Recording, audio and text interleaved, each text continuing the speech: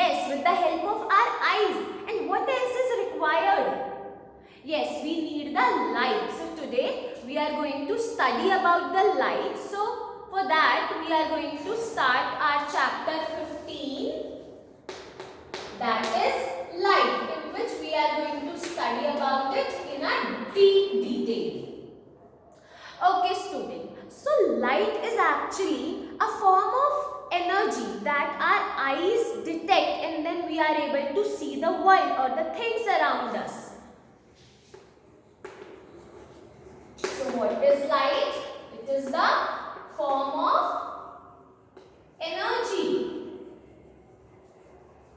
But from where do we get this light?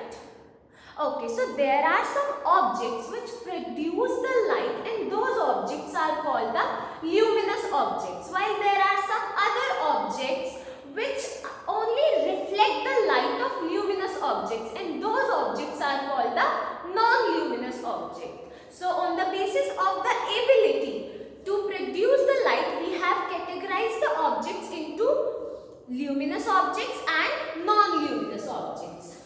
Luminous, which are able to produce the light or which emit the light of their own, and other are non-luminous objects which emit or reflect the light of luminous objects. So luminous object, we can take the example of candle or sun, while for the non-luminous object we can take example of this pen, this board, as well as moon, because we know that moon do not have its own light, but it reflects the light of sun. Yes students, so now the question arises, how this light travel? How this light is coming from the far object to my eye, and then I am able to see it. To understand that, we should understand the motion of the light. For that, we will study the rectilinear motion or propagation of light. Propagation basically means travel. So light travel in the straight line. It only travel in a straight line. That is why if I ask you now what is written behind my back, behind me, will you be able to tell that? No, because light travel in a straight line and it will reach here, then it will not be able to change its direction. That is why we say that light travel in a rectilinear motion. Is this clear? Okay. And the motion of light or the direction of light is actually represented by a straight line, that is a ray. Direction of light is represented by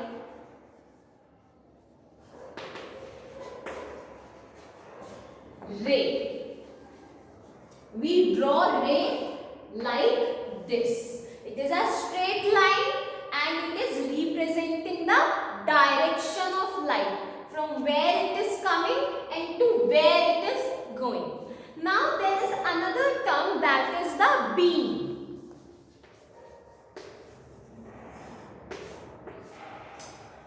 So what is beam? Beam is actually the stream of the light rays which can be parallel, which can be converging and which can be diverging as well. So beam is a stream of light rays. They can be parallel, they can be converging, means they are going to meet at some point, and they can be diverging as well. That is, they are going away from each other. Is this much clear? Okay, now let's proceed in the chapter and understand the very important concept of reflection.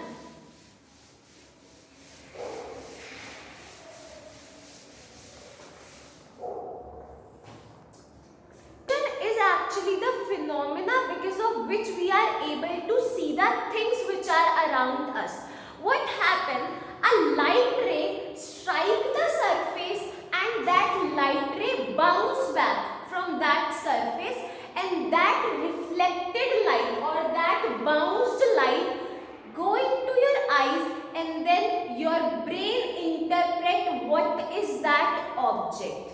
It means reflection basically means the bouncing back of light in the same medium or the same side. Reflection is the bouncing back of light in same medium. We can understand this with the help of the ray diagram. Let's say this is the surface. This is the light ray that is coming toward the surface. It hit the surface at this point and then it bounced back in the same side or the same medium. This whole phenomena is called the reflection, and because of reflection only we are able to see the things.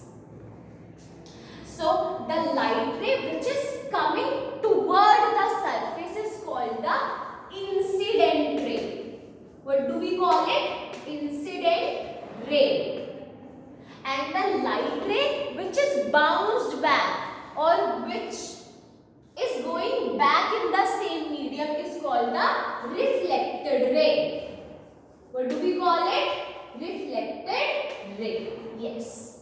Okay students, till now we have covered reflection, that is a phenomena of bouncing back of light in the same medium after striking any surface.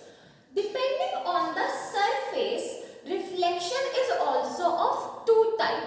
First one is the regular reflection and another one is the diffused reflection. These are two surfaces that I have drawn. Can you observe the difference between these two surfaces? Yes, this one is smooth while this is not. This is a rough surface. So whenever the surface is smooth, regular reflection takes place, while whenever the surface is rough, diffuse reflection takes place. What happens in regular reflection? That all the rays that are striking the surface go back or reflect back in the same direction. These are the reflected rays and they are reflecting back in the same direction. While whenever surface is not smooth or is rough, so the rays which are striking the surface reflect back in different directions. Is this clear? Okay. Now, as we know that whenever reflection is taking place, an image have to be formed, an image will form. So, images are also of two types. First is the real image and another one is the virtual image. Real image is formed on the screen like projector, movie theaters.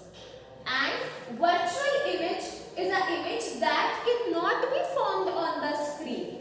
Real image is an image that is formed when reflected rays actually meet. While in a virtual image, reflected rays do not meet. They appear to meet but they do not meet in reality. Then real image is always an inverted image, while virtual image is an up straight or an erect image. Okay students, now let's learn about the mirrors.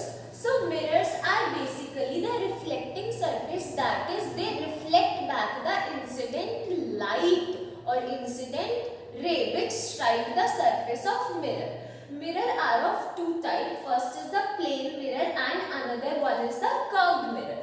So plane mirror is the simple mirror that we always use, that we use in morning to get ready, and what kind of image do we see in a mirror, in a plain mirror? It is virtual and erect.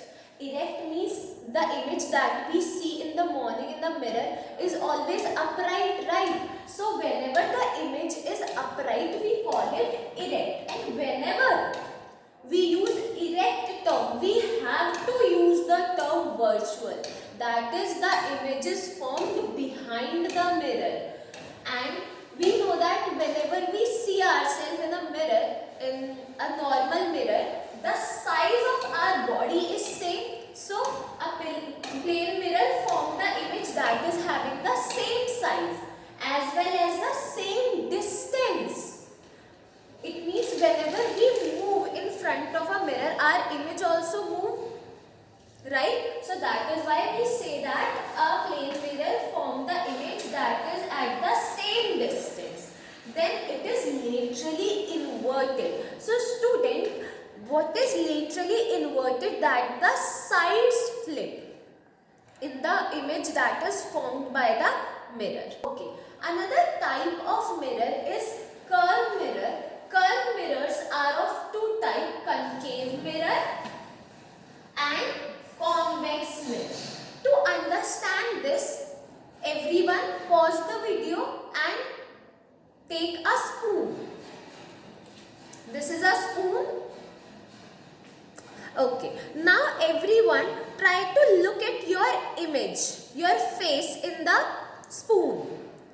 The surface that is curved in is actually a concave mirror, while the surface of spoon that is curved out, in this you can see your face, right? This is a convex mirror. So this is a spoon. The surface that is curved in is a concave mirror, while the surface that is curved out is a convex mirror. In the concave mirror, the rays appear to converge or meet at a point. That is why we call it a converging mirror. While in a convex mirror, the rays appear to go far away from each other. That is why we call it a diverging mirror. Okay students, I hope this much is clear to you. We will continue this chapter in next video. Till then, revise whatever we have covered today.